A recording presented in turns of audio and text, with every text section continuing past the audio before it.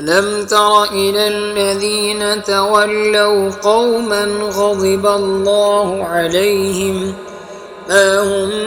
منكم ولا منهم ويحلفون على الكذب وهم يعلمون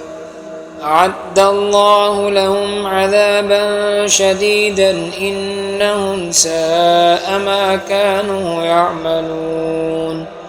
اتخذوا أيمانهم جنة فصدوا عن سبيل الله فلهم عذاب مهين لن تغني عنهم أموالهم ولا أولادهم من الله شيئا أولئك أصحاب النار هم فيها خالدون يوم يبعثهم الله جميعا فيحلفون له كما يحلفون لكم ويحسبون أنهم على شيء ألا إنهم هم الكاذبون استحوذ عليهم الشيطان فأنساهم ذكر الله أولئك حزب الشيطان ألا إن حزب الشيطان هم الخاسرون إن الذين يحادون الله ورسوله أولئك في الأذلين كتب الله لأغلبن أنا ورسلي إن الله قوي عزيز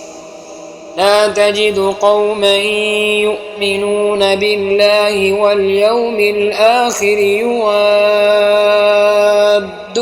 من حاد الله ورسوله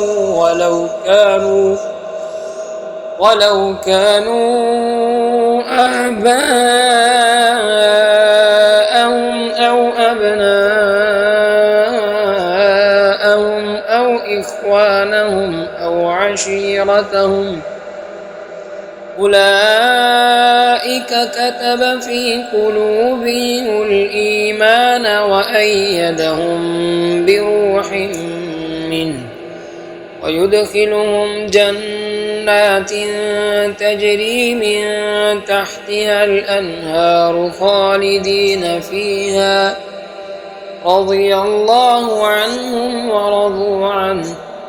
أولئك حزب الله ألا إن حزب الله هم